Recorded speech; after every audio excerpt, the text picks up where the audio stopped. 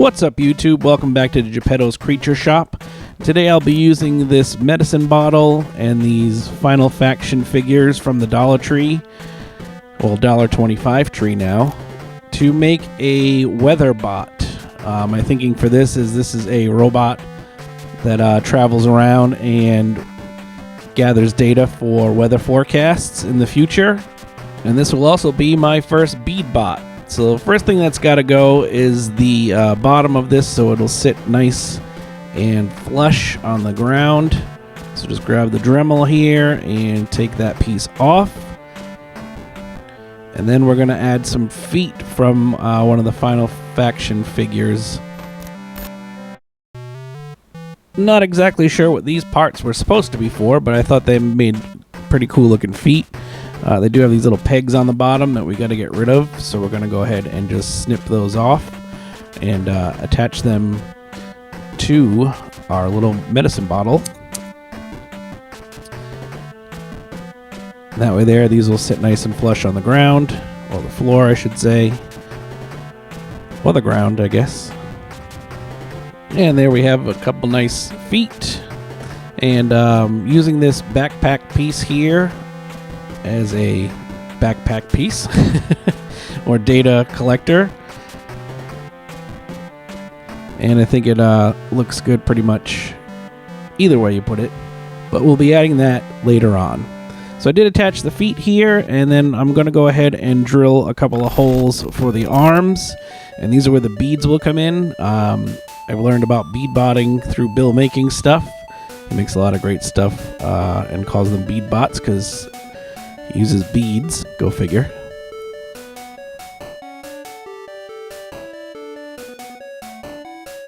And now that we have those arm holes drilled, I'm going to use this heavy solder. It is lead free, so feel free to chew on it if you wish. I'm using this solder because it is strong enough to be bendable and not break. You can pretty much use any wire you want to, but you want to make sure that you can pose the figure if you would like to. So here I am just getting a good length for the arms, and it's starting to look like a robot. And now here we have the aforementioned beads, and we're going to use those on the arms. So as you can see here, you just slide them over your wire armature and you'll have arms.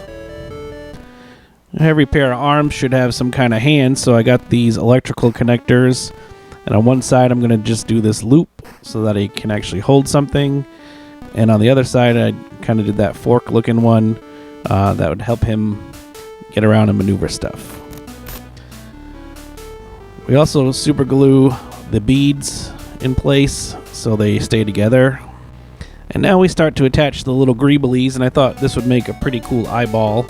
It's just a gear that I put on a another piece of plastic, and I was trying to use the plastic weld, being that both pieces are plastic, and the super glue I had is from the dollar store, which was very runny and was making quite a mess. So I did try to do the plastic weld with this. I don't know if the plastics were two different types.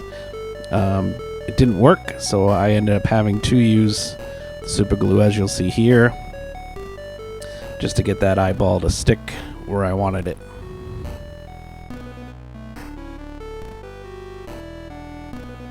And here we are moving on to the back side here. I did attach that backpack, and of course every robot needs some kind of antenna, especially a weather bot, so they could send signals back to the station.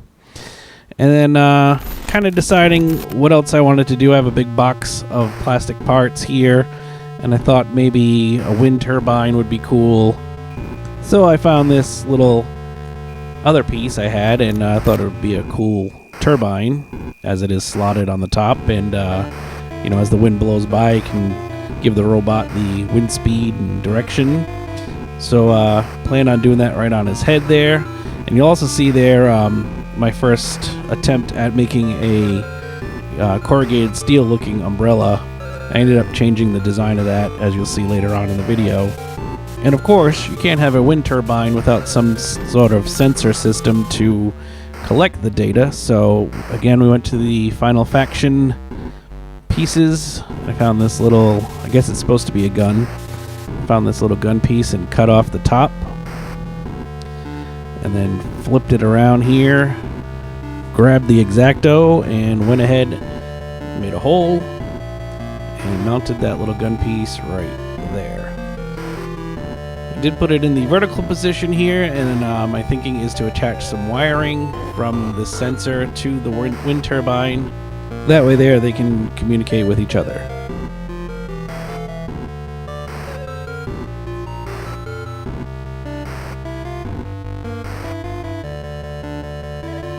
A few more doodads and greeblies here, and you'll see we have our first shots of a pretty much completed bot.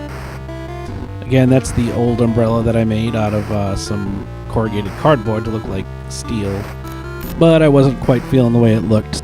So I decided instead to way over engineer something out of separate cardboard pieces and wood.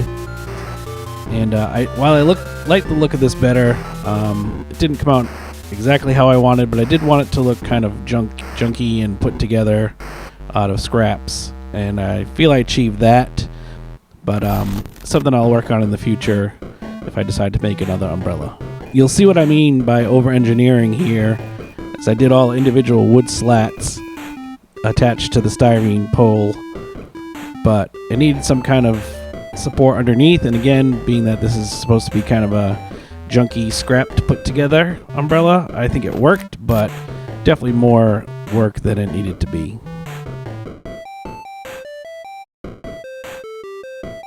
I wanted to make it look like individual pieces of this scrap were found, so I grabbed my Azeroth Red from Citadel, one of my favorite colors, and decided just to paint one of the corrugated pieces in red. Again, just to add a little bit of color and contrast to the umbrella itself.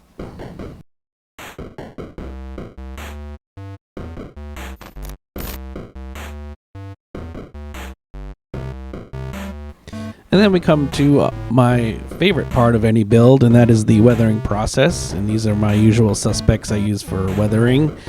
And what I wanted to do was mimic a bunch of rain coming off of this umbrella onto the top of the robot. So that's going to be my heaviest point of wear, as this robot is now no longer in service and is kind of sitting on the street, just exposed to the elements.